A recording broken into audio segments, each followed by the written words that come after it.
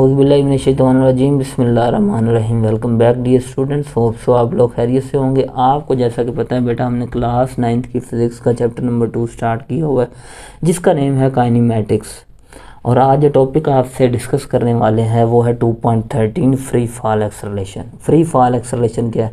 जब भी कोई ऑब्जेक्ट आज़ादाना ज़मीन की तरफ गिरता है ना, तो वो जिस एक्सेलरेशन से मूव करके नीचे की तरफ आ रहा होता है अर्थ की तरफ, उसको हम फ्री फॉल एक्सेलरेशन कहते हैं। फॉर एग्जांपल ये पेज पे एक मैं डायग्राम बना देता हूँ। यहाँ से ऑब्जेक्ट, ये वाला ऑब्जेक्ट ऊपर से जब ये अर्थ की तरफ आता है, ये ग्राउंड है ये अर्थ का, ठीक है।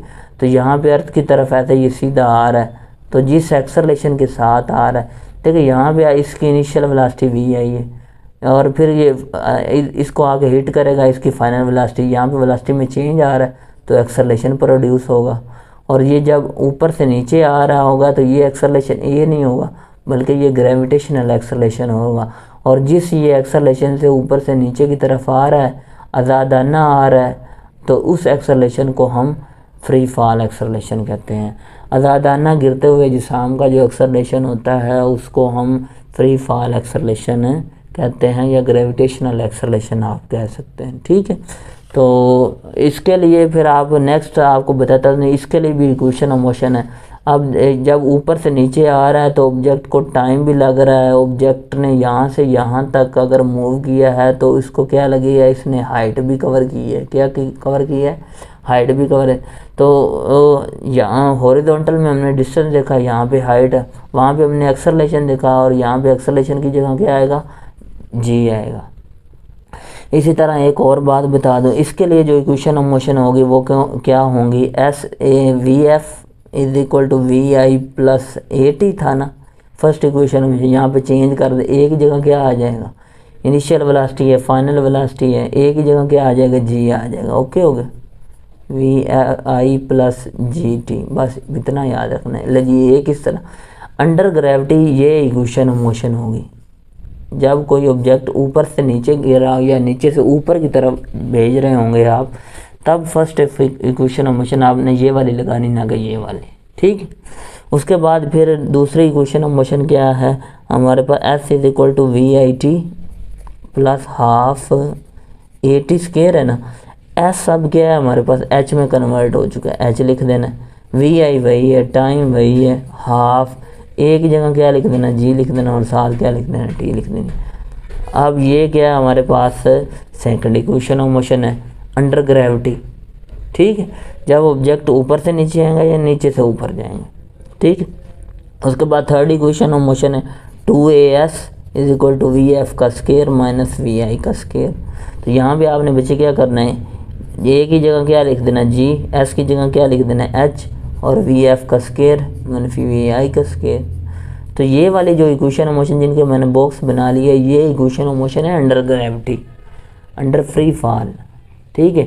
और ये जो ऊपर वाली है ना, ये जब आप हॉरिजॉन्टल नहीं डिस्टेंस मूव करते हो on the surface of earth, तब ये वाली वैलिड होती है, ठीक है। और जब बॉडी ऊपर नीचे जा रही है तब हम इन इक्वेशन ऑफ मोशन का सहारा लेते हैं, ठीक है। बॉल आप ऊपर फेंकते, आगे न्यूमेरिकल भी आएंगे, ठीक है। कोई ऑब्जेक्ट आप ऊपर से ऊपर की तरफ फेंकते हो, या ऊपर से किसी टावर से कोई चीज़ आप ऐसे फेंकते हो, तब हम ये इक्वेशन ऑफ मोशन लगाएंगे। किसी ऑब्जेक्ट की हाइट फाइंड करनी होगी, किसी ऑब्जेक्ट की इनिशियल वेलोसिटी फाइंड करनी, किसी की फाइनल वेलोसिटी, किसी का टाइम फाइंड करना होगा, तो फिर हमने ये इक्वेशन ऑफ मोशन न्यूमेरिकल में यूज़ करनी है। तो आपने ये भी याद रखनी। एक कंसेप्ट और देता जाऊँ यहाँ पे, जब ऑब्जेक्ट ज़मीन की तरफ आएगा ना तो जी की वैल्यू पॉजिटिव होगी। जब ऑब्जेक्ट ज़मीन से आप ऊपर की तरफ फेंकोगे ना तो वहाँ पर जी की वैल्यू क्या होगी, नेगेटिव हो, ठीक है। और जी की वैल्यू आप लोग जानते हो क्या होती है, 10 मीटर पर सेकंड, ठीक है।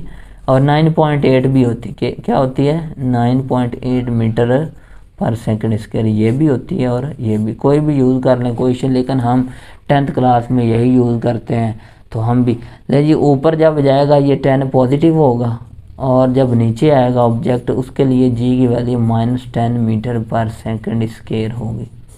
ये सारे थे कंसेप्ट जो मैंने आपको बताए। अब आते हैं बुक की तरफ और सारी चीज़ें कवर करते हैं। ओके हो गया बेटा, ये अच्छे से देख लो। वीडियो की ना समझ आए तो दोबारा फिर रिवाइज करने के लिए इसको बैक करके फिर दोबारा प्ले कर सकते हैं। अब आ जाए बेटा इस तरफ, फ्री फॉल एक्सेलरेशन क्या होता है। यहाँ पे शॉर्ट क्वेश्चन भी बनाया हुआ है, शॉर्ट क्वेश्चन पूछा जा सकता है what is free fall acceleration. तो आप सिंपल में ये याद रखें, the acceleration of freely falling object is called free fall acceleration या ग्रेविटेशनल एक्सेलरेशन उसे कहते हैं। ये जो वर्ड मैंने बोले ये भी आप याद रख सकते हैं। अदरवाइज इधर आ जाए बुक की तरफ, when a body is falling freely under the action of a gravity of the earth, the acceleration acting on it is gravitational acceleration and it is denoted by g। जब object आप अर्थ की तरफ fall करवाते हो उस पे अर्थ की gravity act करती है, अर्थ उसको अपनी तरफ खींचती है और जिस एक्सेलरेशन से खींच रही होती है उस एक्सेलरेशन को जी से डिनोट करते हैं। The direction of gravitational acceleration is always downward. और यहाँ पर हम देख रहे हैं ऊपर से ऑब्जेक्ट नीचे आ रहा है तो एक्सेलरेशन क्या है, डाउनवर्ड, और उसकी वैल्यू क्या है 9.8।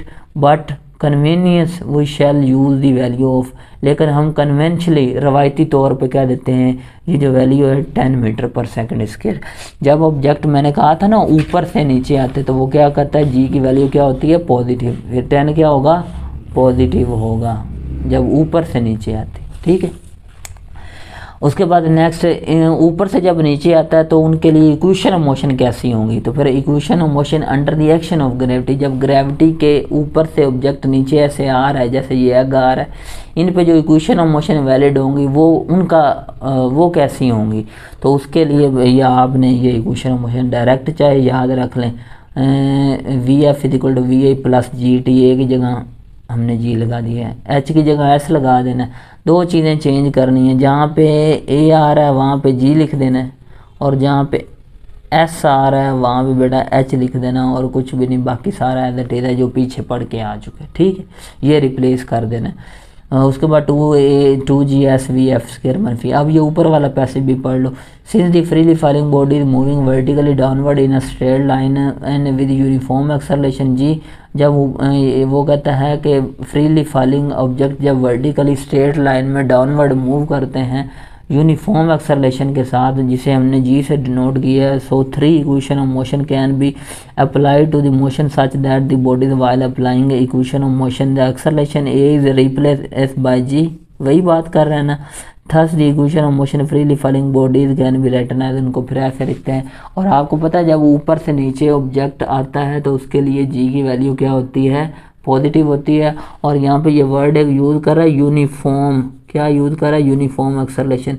तो ये इक्वेशन ऑफ मोशन तभी वैलिड होंगी जब ऑब्जेक्ट एक तो सीधा ऊपर से ऐसे मूव कर रहा है, स्ट्रेट लाइन पे मूव करे, और ऑब्जेक्ट का एक्सेलरेशन क्या हो यूनिफॉर्म हो, तब ये वैलिड होती हैं, ठीक है।